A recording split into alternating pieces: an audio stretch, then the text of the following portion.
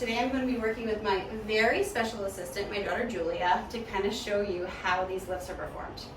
So the first lift we're going to be doing is a sliding board transfer. A sliding board transfer is a piece of wood that you utilize to help with the transfer.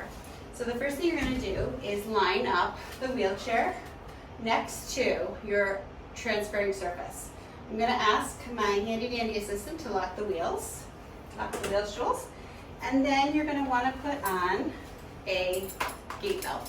There is an instance where you might not be able to use a gait belt, but that is very student specific, and it will be reviewed with that student. But for safety, the general rule of thumb is to use a gait belt. And then the extra you kind of just tuck in, like so. The next thing you want to do is get all the equipment from the wheelchair out of the way so it doesn't get in the way of the transfer. So you want to remove the armrest, get that right out of the way, and then try to remove your leg rest. Get that right out of the way. And if you're able to do a sliding board, typically your student is able to maintain that sitting balance, so it's not as much of a concern.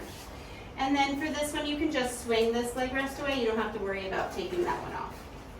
The next thing I'm going to have my daughter do is slide forward a little bit, so inch forward a little bit in the chair so that I can get this sliding board under her leg. Perfect. Now she is able to assist me. If my student couldn't, I would kind of just do a little bit of a lean and place the board under her. The next thing we're going to do, and you do want to ask the student to help you as much as possible, is inch across the board to the sliding surface.